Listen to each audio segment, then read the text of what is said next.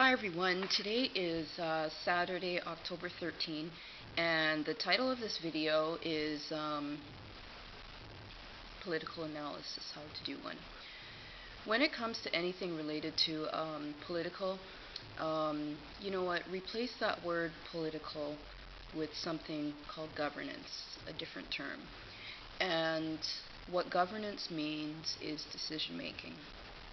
They use that word to turn off people, and rightfully so, because when people are in positions or opportunities to make decisions, we all make decisions, but decisions in relation to social infrastructure and international relations and opportunity, economic innovation, etc.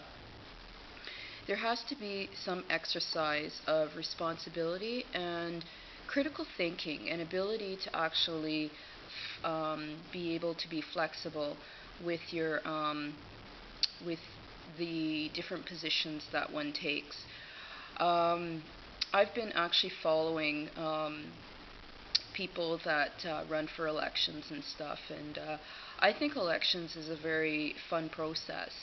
But what I've began to see within the last since about 2001 is I see a lot of exploitation, and I see a lot of murderous behavior, and I see a lot of stuff that's done to marginalize, in particular, our community. For example, spending some time in this one demographic in the global economic north, one particular province to begin.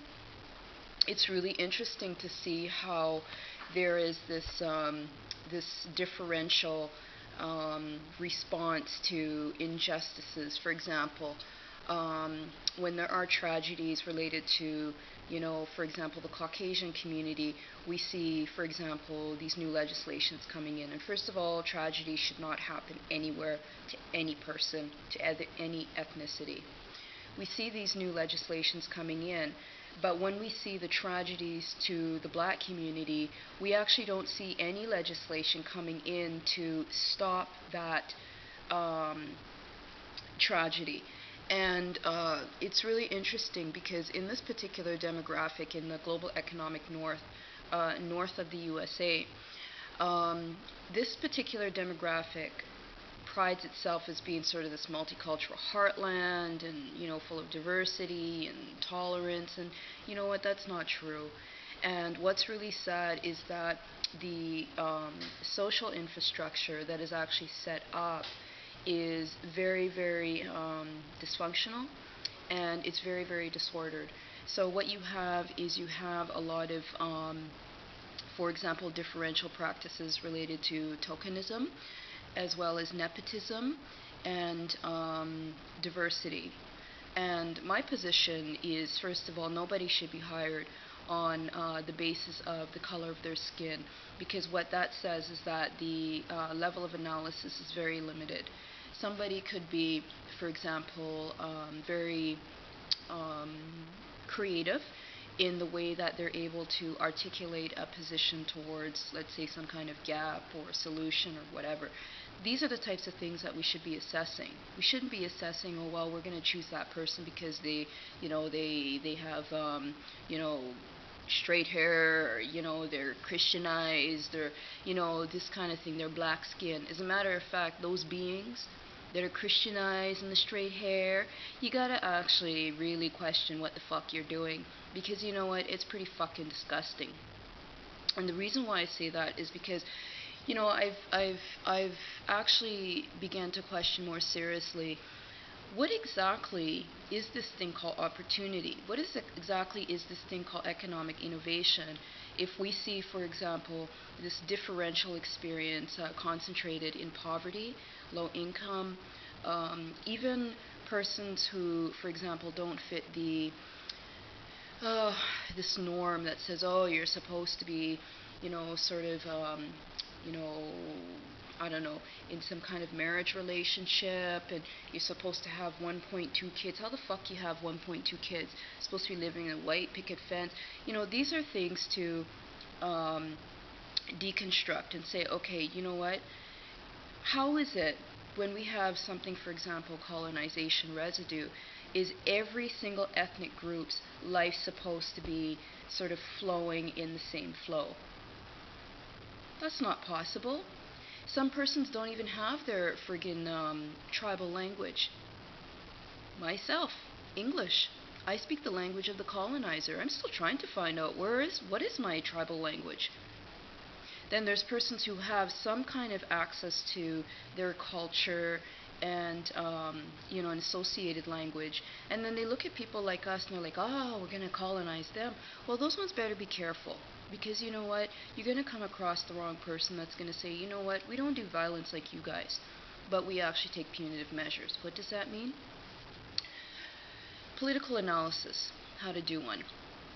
This should actually be called a governance analysis. You should have like discussions with your friends, with your partners, with your, different networks, even strangers, about their positions on different issues. What do they think about these things?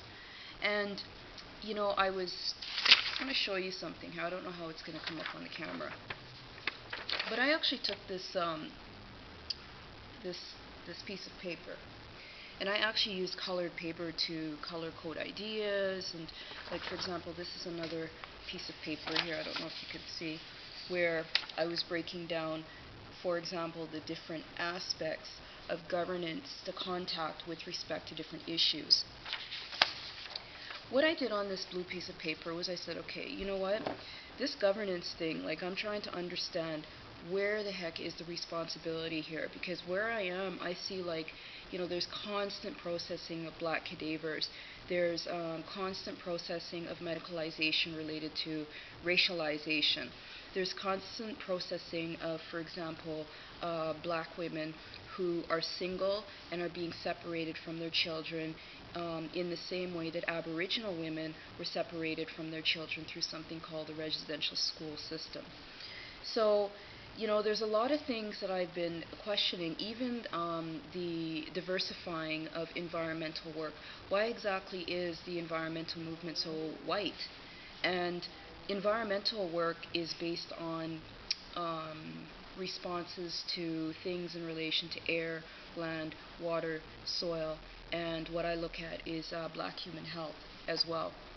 So it's really interesting. And then I said to myself, I said, okay, you know what, I'm going to try and understand this governance, because I've been to like these community meetings, and you just go, they're very interesting actually.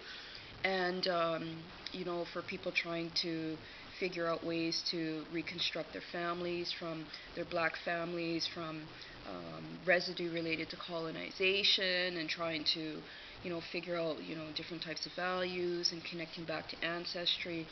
One of the things that you can do is you can write community events into family events, and it's really interesting to attend these community meetings. And I remember I went to one, and it was what they call I forget. Basically, it's an election position where someone represents education. And I went to this, and I was just like, okay, this is pretty retarded, because this person is actually talking about closing schools in communities that need schools.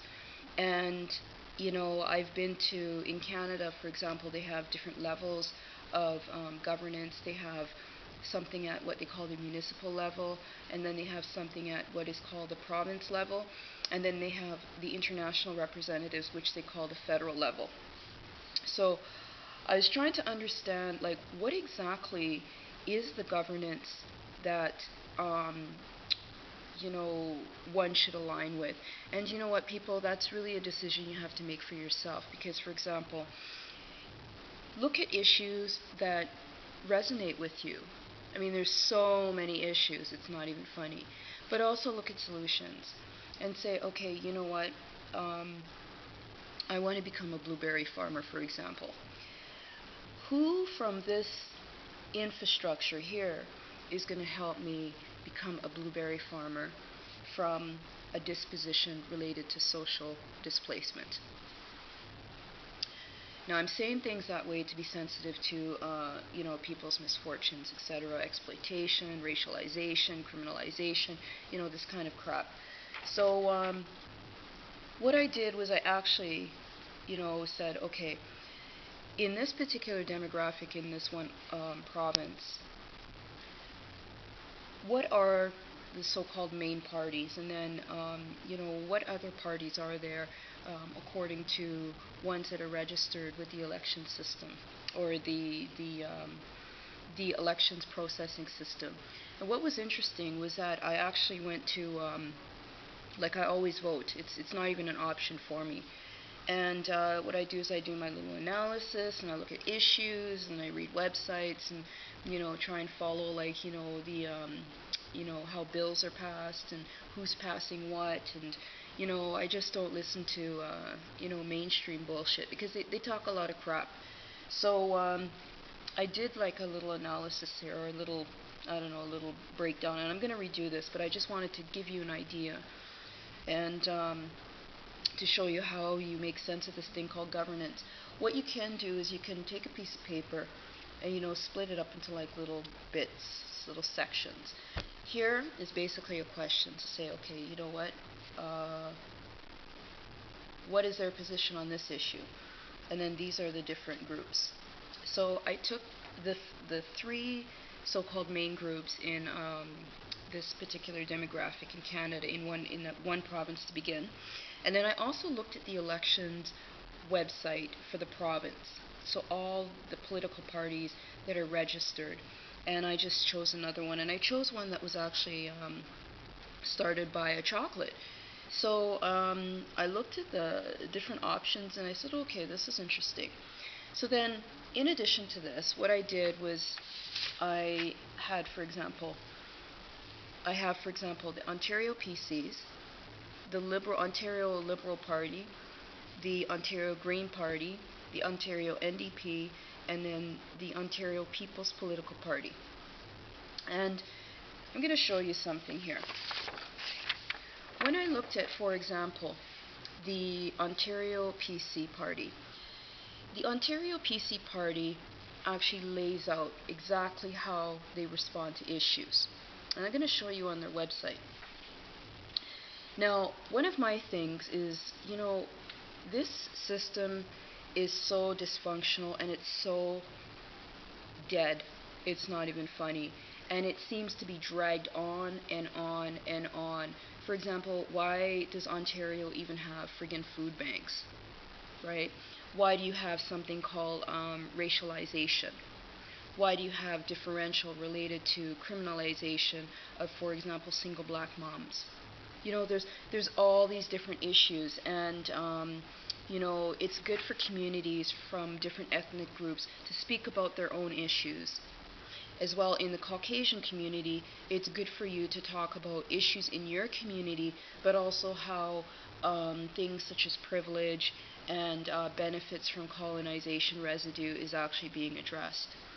So what I did was I actually, just did this chart. I don't know if you can see it or how it's coming up on this video. And basically, this is the position from one governance. It's the Ontario PC. What they did was they laid it out on their website. Job Creation Task Force. Critic Portfolio. So basically, they have different persons that address these different issues related to, I'll read them out in a sec. The third aspect is a deputy critic portfolio. So who is the backup? For example, critics. And then they have something called caucus and committee assignments. Now, when I looked at all the websites that I had mentioned, for example, I looked at Ontario PC, I looked at the Liberal Party, because they've been in governance for a long time, and they're very problematic with respect to a lot of things related to racialization, murder, all kinds of confusion. It's, what's the word? This Liberal Party of Canada should not even exist anywhere in the world. and I'm surprised they exist. Look at their position on the environment, and look at how they promote themselves. And I'll show you something on their website. Then you have, for example, the Green Party, and they didn't really have much on theirs. Then you have the Ontario, what is called NDP. Now, the leadership here is a Caucasian woman, and she says that she is familiar with anti-oppression methods. However, we're not sure if, for example, if the anti-oppression is decolonized, because we see, for example, the NDP and the Liberal parties doing the same thing. And this is what happens is that's not governance. That's actually fucking around with people's lives. So what you do is you say, okay, you know what, these people, like, you know, they're not even talking in ways where you lay out the objective, you lay out the issue, you lay out the response, and you also lay out the effort that one has made to pass legislation to also acknowledge different community issues. NDP is very similar to the Liberal Party, and you'll